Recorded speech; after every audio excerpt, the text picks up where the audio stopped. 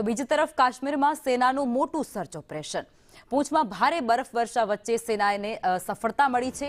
પૂંછના પહાડી વિસ્તારોમાં આતંકીઓના ઠેકાણા તેમને મળી ચૂક્યા છે।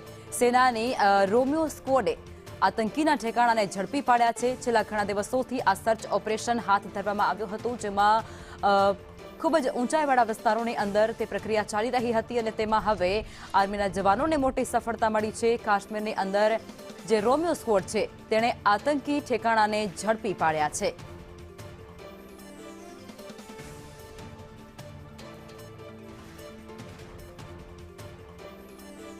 તો કાશ્મીરની અંદર જે સેના દ્વારા સર્ચ ઓપરેશન હાથ ધરવામાં આવ્યું હતું, પૂંછમાં ભારે હિમવર્ષા વચ્ચે તેમના દ્વારા સતત કામગીરી હાથ ધરવામાં આવી હતી અને તેમાં હવે આ જવાનોને સફળતા મળી છે।